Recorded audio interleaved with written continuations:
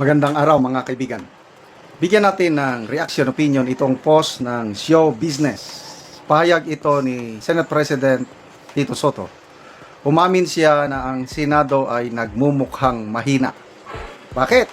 Ito. Nagmumukha lang tayong mahina kung hindi iisa ang ating hangarin. Nanawagan si Senate President Tito Soto sa kanyang mga kapwa senador na magkaisa at sumunod sa anumang ruling ng International Criminal Court kaugnay kay dating Pangulong Rodrigo Duterte. Ayon kay Soto, mahalaga ang malinaw at kolektibong tindig ng Senado sa ganitong sensitibong usapin. Aniya, hindi lamang ito tungkol sa isang personalidad, kundi sa kredibilidad at integridad ng institusyon ng Senado bilang bahagi ng pamahalaan. Dito tayo mag-focus sa opinion, reaction mamaya sa kredibilidad at integridad ng Senado. Ipinaliwanag ng Senate President na ang anumang hakbang kaugnay ng ICC ay dapat nakabatay sa umiiral na batas at sa proseso na sinusunod ng bansa. Bagamat may iba't ibang pananaw ng mga mambabatas, kailangan umanong magkaroon ng pagkakaisa upang hindi magdulot ng kalituhan o kahinaan sa mata ng publiko at ng pandaigdigang komunidad. Unahin natin, kredibilidad at integridad ng Senado. Sa issue ngayon, mamaya na lang yung ICC.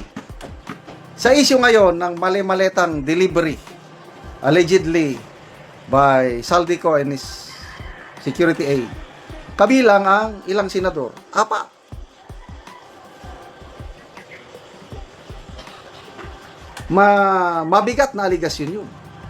Marami ang naniniwala sa 18 Marines. Kayo lang sa Senado, Senator Lacson, Senator Soto at iba pa ang hindi naniniwala. Nag-file na ng resolution si Senator Amy na kung pwedeng imbestigahan, ayaw niyong imbestigahan. Ano sa tingin niyo? Nandyan pa ba ang inyong kredibilidad? Integridad sa mata ng nakakarami taong bayan? Tingnan natin yung nag-react. Dito mo makikita ang kredibilidad at integridad ng Senado ngayon. 9,400 ang nag-react. 8,100 ang tumatawa. 1,000 ang galit. 182 lang ang nag-like. Wala pang 1% ang naniniwala sa Senate President ngayon sa kanyang payag.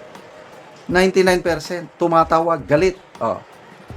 Inaalala nyo pa ba ang integridad, kredibilidad ng Senado? Dito pa lang sa local punta naman tayo sa international. Nung green of effort nila ang Tatay Digong namin, dahil sa inyo, ayaw nyo kay Tatay Digong namin Anong nangyari? Anong image natin sa buong mundo? Napahiya tayo. So hindi lang Senado ang mababang kredibilidad, buong bansa, yung leadership ng Marcos Jr. Ang image natin na hindi natin kayang protektahan ang ating citizen dahil mismo ang gobyerno ang nag-surrender sa kanyang citizen.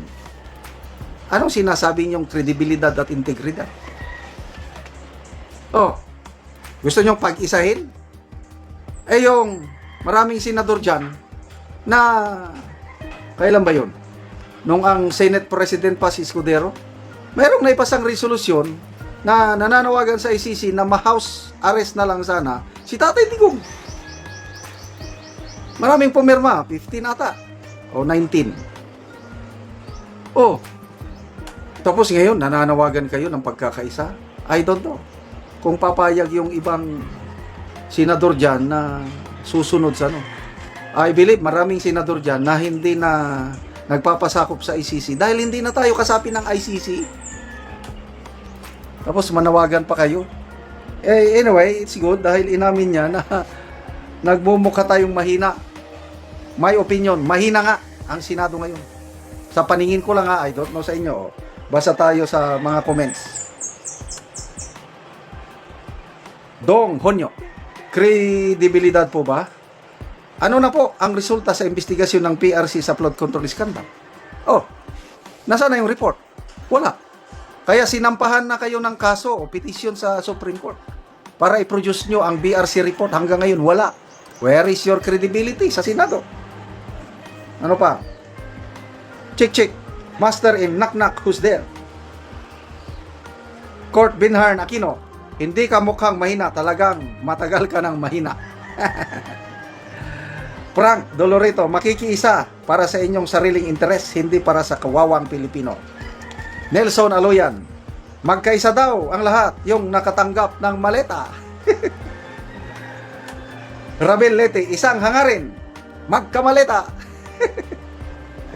Felix Galigid, hindi lang iisang maleta. Ilan? 5.